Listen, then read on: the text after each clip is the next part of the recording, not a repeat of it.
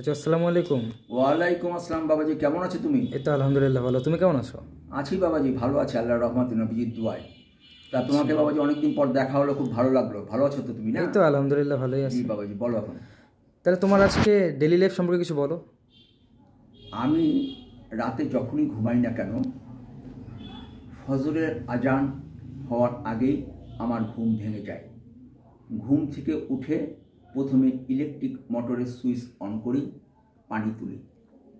ঠান্ডার সময় গিজারের switch on করি, পানি গরম করি।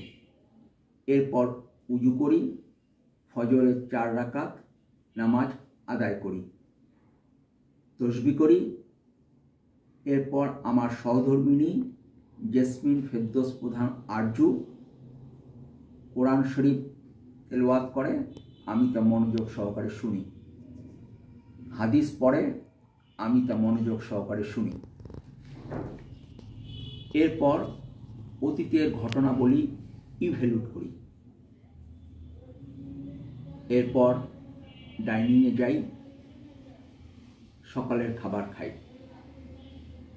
সকালের খাবার আমার মূল খাবার। রাত্রে খাওয়ার প্রায় 10 ঘন্টা পর সকালে খাই, এ কারণে সকালের খাবার আমার মূল খাবার। সকালে খাওয়ার পর নিউজ শুনি, টক শো শুনি 11:30টা পর্যন্ত। এরপর হালকা কিছু খাই। তারপর দেশের বিভিন্ন জনের সঙ্গে আর্থসামাজিক ও রাজনৈতিক প্রেক্ষাপট নিয়ে কথা বলি 12:30টা পৌনে 1টা পর্যন্ত।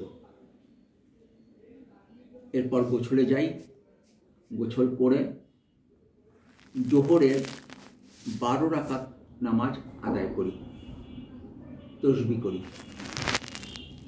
এরপর দুপুরের খাবার খাই। দুপুরে সকালের চেয়ে কম খাই। তারপর বিশ্রাম নেই। আসরের আজান হলে আসরের নামাজ 8 রাকাত আদায় করি। এরপর যারা আমাকে ফোন করেছিল কিন্তু আমি ধরতে পারিনি, তাদের কল ব্যাক করি। এরপর মাগরিবের আজান হলে মাগরিবের 7 রাকাত নামাজ আদায় করি। এরপর ডাইনিংয়ে যাই, হালকা কিছু খাই।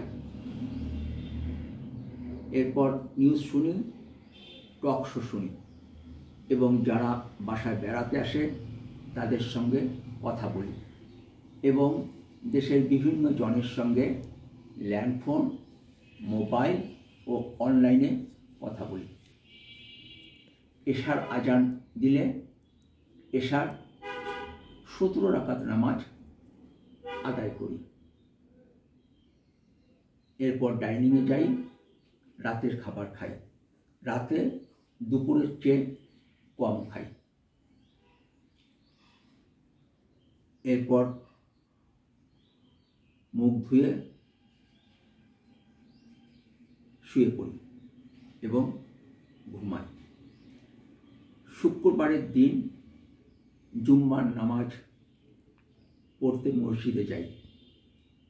এক এক জুম্মায় এক এক মসজিদে যাই এবং যে মসজিদে জুম্মার নামাজ আদায় করি,